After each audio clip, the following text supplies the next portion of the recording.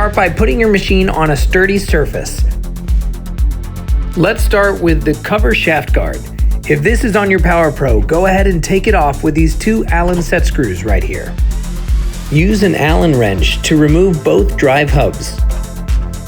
Take off the 2 set screws that hold the belt cover on. Remove the belt cover.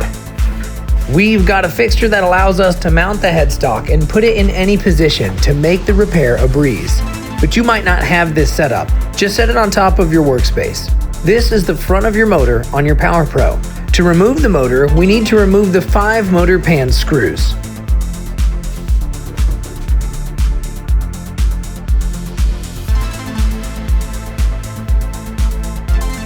You'll also need to remove the black plastic cable retainer with a pair of pliers.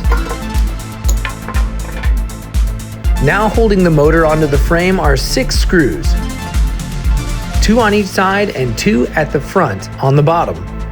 You'll want to loosen them, but not fully remove them just yet. These 2 set screws right here determine the tightness of the belt, and you'll need to back them out so that you can remove the belt more easily from the pulley. 2 screws below these will need to be loosened as well. Disconnect the green ground wire. Once all these steps are complete, push the motor toward the top of the headstock, effectively loosening the belt. Remove the belt. This might take a little effort and time, but once done, you can hook the belt onto the lower output hub. This keeps it out of the way. Now put some support underneath your motor so it doesn't fall.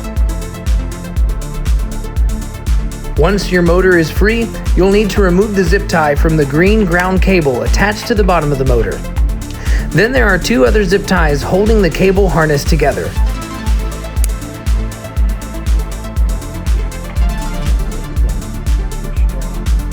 Then you'll want to unplug both cable harnesses that connect the machine to the motor. Now you should be able to remove your motor and set it to the side. Now you'll put the motor pan back on with 4 screws, and once that's done, you're ready to package your headstock for shipping.